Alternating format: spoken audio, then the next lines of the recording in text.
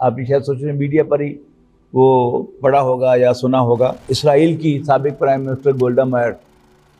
اس نے ایک دفعہ تقریر کی تھی محمد صلی اللہ علیہ وسلم کا جو ترکہ تھا، تمہیں معلوم ہے کہ اس میں آلات جنگ کتنے تھے، اتنی زریں تھیں، اتنی تلواریں تھیں، اتنے نیزے تھے۔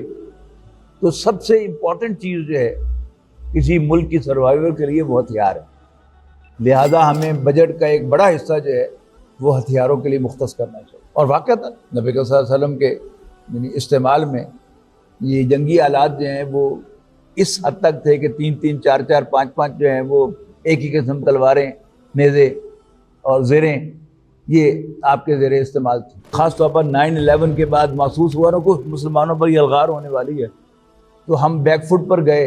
اور ہم نے کہا کہ نہیں، اسلام تو بڑا امن پسند مذہب ہے، سچائی، دیانتداری، اخلاق، کردار، حضور صلی اللہ علیہ وسلم کے بارے میں بھی وہ چیزیں اور باقی صحابہ کے بارے میں بھی وہ چیزیں نمایاں کی۔ جب کسی قوم کے برے دن آتے ہیں اس کے بہت سے